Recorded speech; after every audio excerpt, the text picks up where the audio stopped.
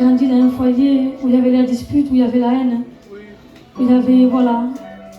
Et j'ai grandi, et peu de temps avant de me marier, j'ai perdu mon petit neveu, il avait 9 ans. Et pour moi, ça a mis une brèche dans mon cœur que personne n'arrivait à réparer. Ni l'amour de mon mari, ni l'amour de mes enfants n'arrivaient à réparer ce que ça m'avait fait. Et voilà que quand je me suis mariée, comme vous savez, un foyer qui n'appartient pas à Dieu, c'est un foyer qui est détruit.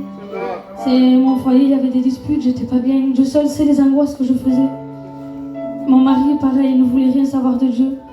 Quand il voyait des chrétiens, il disait « mais ils sont fous, le soleil leur a tapé sur la tête ». Et voilà, mon foyer a commencé comme ça.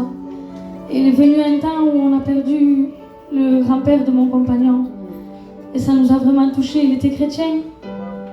Et voilà que, excusez-moi de l'expression, mais le jour de l'enterrement, dans le cimetière, c'est là que Dieu a commencé à toucher mon cœur.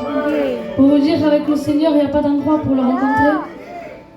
Et on a commencé à aller aux réunions, peu à peu. Mon compagnon s'est converti avant moi. Et j'ai vu un changement en lui, je disais, c'est plus le même. Et grâce à son témoignage à lui, qui me faisait voir que Jésus était vivant, je me suis convertie aussi. Voilà qu'aujourd'hui, mon foyer, il appartient à Dieu. Il y a des hauts, il y a des bas, il y a des jours où c'est tellement difficile. Il y a des jours où je mets un genou à terre, c'est vrai. Mais le Seigneur, il est fidèle, il est toujours là pour me relever. Et ce que Dieu a fait pour moi, il peut le faire pour